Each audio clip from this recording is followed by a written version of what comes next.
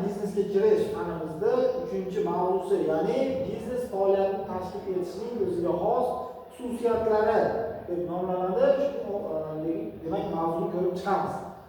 3-1, ya'ni o'sha birinchi rejamizda biznesni tashkil etishda demak zarur bo'lgan omillar. Ya'ni har qanday tadbirkorlik ma'lum bir hududda, ya'ni mamlakat, viloyat, shahar yoki qishloq miqyosida olib boriladi. Tadbirkorlik faoliyatini samarali olib borish uchun ma'lum bir ishchi muhiti albatta kerak bo'ladi. Bunday muhit ayrim hududlarda aytaylik o'sha miqyosida mujassamlanib, o'zida ishbilarmonlikni amalga oshirishni o'zida ko'rsatadi. Umumiy holda tadbirkorlik muhiti asosan quyidagi 4 omil, ya'ni birinchisi huquqiy, siyosiy, ijtimoiy va iqtisodiy omillarni o'zida ko'rsatadi albatta. Demak, ko'rishimiz mumkin, ijtimoiy omil demak holati bo'yicha boshqalarga nisbatan tarkibi jihatida anchagina murakkab hisoblanadi. Shuning uchun ham uning tarkibi ko'pgina elementlardan tashkil topadi. Agar tadbirkor ularni e'tiborga olmasa, bu oddiy salbiy natijalarga olib kelishi mumkin bo'ladi. Quyidagilar bu omilning asosiy elementlari hisoblanadi. Ya'ni jamiyatda mafkuraning holati, ya'ni milliy urf-odatlar, millatning madaniy va maishiy odatlari, atrofdagi kishilarning tadbirkor va tadbirkorlik faoliyatiga munosabati va davlatning tadbirkor va tadbirkorlik faoliyatiga munosabatlarini ko'rsatadi. Iqtisodiy omil bozordagi raqobatni va narx-navoni holatini o'zida aks ettiradi deb aytiladi. Narx-navo tizimi o'z navbatida narxlarning darajasi, ishlab chiqarish jarayonida tadbirkor tomonidan jalb etilayotgan ishlab chiqarish holatlari bo'yicha omillar, ishchi kuchi, kredit stavkasi miqdori hamda soliq va majburiy to'lovlarni o'z ichiga oladi. Bunda bozordagi raqobat shart-sharoitlari sifat va miqdor jihatidan tahlil qilib chiqishimiz mumkin bo'ladi.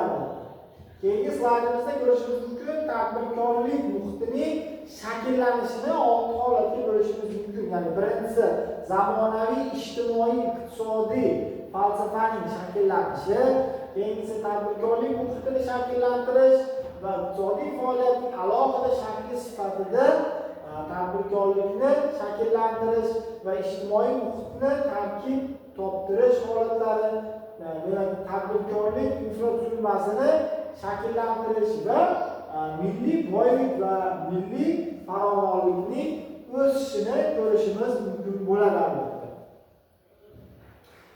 Va birinchi yo'nalish, ya'ni yo'nalishlarga bo'ladigan bo'lsak 3 ta yo'nalishdan iborat bo'ladi. Birinchi yo'nalish ishlab chiqarish jarayonlari va tadbirkorlik demak tarkiblarini boshqarish, tadbirkorlik faoliyatining ushbu yo'nalishi, ya'ni menejment tamoyillarining turi sifatida mustaqil rivojlanadi. Tadbirkor menejmentning demak asosiy tamoyillarini yaxshi o'zlashtirgan bo'lishi va zamonaviy menejer bo'lishi lozim bo'ladi. Va albatta ishlab chiqarishni boshqarish tadbirkorlikning boshqa yo'nalishlaridan ajralgan holda olib borilishi mumkin emas. Bu degani ishlab chiqarishni faqat iste'molchilar uchun tashkil etadi. Ya'ni shuning uchun ham tadbirkor faoliyatining ikkinchi yo'nalishi bozorni har tomonlama o'rganish kerak bo'ladi. Bozorda bo'layotgan jarayonlarni tahlil qilmay turib, tadbirkorlik faoliyatini samarali olib borish mumkin emas. Ya'ni tadbirkorlikni yuritish, boshlash uchun albatta oldingi holatda o'sha bozorni to'g'ri tahlil qilish, baholash va o'rganib chiqish zarur bo'ladi. Sheriklar bilan bo'ladigan aloqalarni yaxshi yo'lga qo'yish tadbirkorlik faoliyatining 3-yo'nalishi hisoblanadi. Ya'ni bunda tadbirkorlikning yanada rivojlanish yo'lida sheriklik munosabatlarini yangi bosqichga ko'tarish va eski munosabatlardan voz kechish maqsadga muvofiq bo'ladi. Keyingi slaydimizda ko'rishimiz mumkin, biznesni tashkil etish tartibi, ya'ni O'zbekiston Respublikasining yurtchilik to'g'risidagi biznes faoliyati to'g'risidagi xususiylashtirish va davlat tasarrufidan chiqarish to'g'risidagi boshqa bir qator me'yoriy hujjatlarda ko'p demak holatlarni asoslarni belgilab, ularni mulkchilikning barcha shakllarini teng huquqlarni qaror toptirish, mulkdorlarning huquqlari va qat'iy himoyalanishi, xususiy mulkni yanada himoya qilish, tadbirkorlikni rivojlantirish va chet el investitsiyalarini jalb etishga qaratilgandir. Tovar pul munosabatlari rivojlanayotgan va boshqariladigan bozor sharoitida mulkchilikning barcha shakliga mansub biznes faoliyatlarini barpo etishimiz, ular faoliyatining ularga qayta tashkil etish va tugatishning umumiy huquqiy, iqtisodiy va ijtimoiy asoslari mazkur me'yoriy hujjatlarda keng yoritib berilgan. Keyingi slaydimizda demak tadbirkorlikning o'zi uning faoliyatini amalga oshirish asoslari va rivojlantirishning asosiy qoidalari nimalardan iborat ekanligini ko'rishimiz mumkin bo'ladi. Yani tadbirkorlik mulkchilik subyektlarini foyda olish maqsadida tavakkal qilib va mulkiy javobgarligi asosida amaldagi qonunlar doirasida tashabbus bilan iqtisodiy faoliyat ko'rsatishlar deyilgan. Ya'ni O'zbekiston Respublikasida tadbirkorning shaxsiy mol mulki asosida yoki bo'lmasa tadbirkorlikning boshqa fuqarolar va shaxslar, shu jumladan demak boshqa davlat fuqarolari hamda yuridik shaxslarning mol mulklarini turli shakllarda jalb etish holatlari bo'yicha ham aytishimiz mumkin. Va tadbirkorning davlat va jamoat tashkilotlari mol mulklaridan foydalanish asosida ham va yuqorida qayd etilgan shakllarni qo'shib olib borish asosida amalga oshirilishi mumkin bo'ladi albatta. Va yana sizlarga biznesni tashkil etishning xususiyatlari va ularning mazmuni haqida ham bir qancha demak ma'lumotlar, fikrlar va tushunchalar berib o'taman. Bizni demak biznes faoliyatini amalga oshirish uchun biznes subyekti, ya'ni biznes tashkilotlari, ya'ni shirkatlarini tuzadi. Biznes tashkilotlarini shakllantirish holatlari bo'yicha tuzish, ularning faoliyatini ko'zatish va ularni qayta tashkil etish va tugatishning umumiy huquqiy, iqtisodiy va ijtimoiy asoslari O'zbekiston Respublikasidagi biznes faoliyatlari to'g'risidagi qonuni bilan demak tartibga solinadi.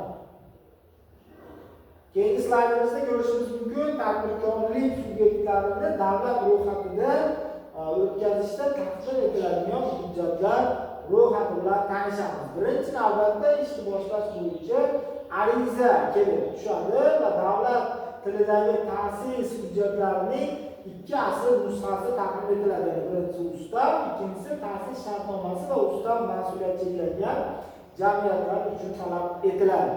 Keyingisida davlat bojining belgilangan miqdori to'langanligi haqidagi bank to'lov hujjati kerak bo'ladi va 2011-yil 12-maydan boshlab firma nomlarining markaziylashtirilgan ma'lumotlar bazasidagi qulay firma nomi zaxiraga olinganligini tasdiqlaydigan yagona login va parol hujjat kerak bo'ladi va nusxadagi muhr va shtamp eskizlari ham bizga kerak bo'ladi.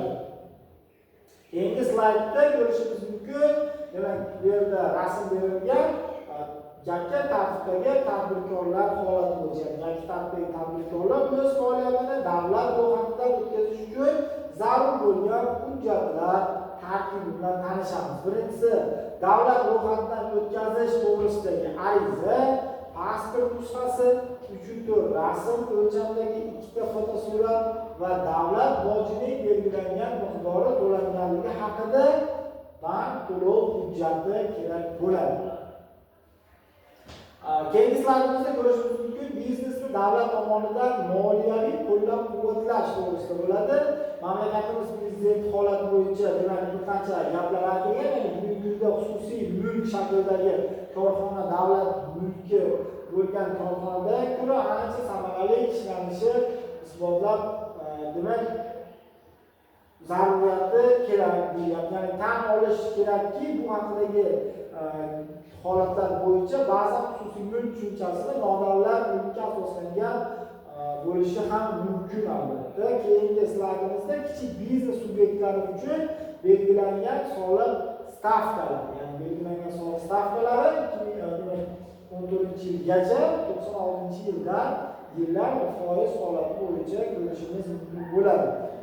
Va ushbu rasmda tadbirkorlik subyektini tugatish jarayoni, ya'ni tadbirkorlik subyekti davlat demak reyestridan chiqarish holatlari, ya'ni tadbirkorlik subyektlarini faoliyatini to'xtatish, ixtiyoriy to'xtatish holatlari, majburiy to'xtatish, mol mulk egasining qaroriga binoan, korxonani tuzishga vakolatli organning qaroriga binoan va sudning qaroriga binoan ushbu holatda tadbirkorlikka demak subyekti davlat reyestridan chiqarish mumkin bo'ladi. Demak, yuqoridagi mavzuga oid ushbu ma'lumotlar, ya'ni demak bilim ko'nikmalarini berish rejalashtirilgandi va keyingi mavzularda ushbu holatlarni albatta davom ettiramiz. Biznesga kirish bo'yicha bir qancha mavzularimizni turibdi. Bungacha esa ushbu mavzuga oid testlarni ishlab chiqish va belgilangan o'sha resurslarni ko'rib chiqish, PDF holat bo'yicha mavzular matni ham yuklangan, ular bilan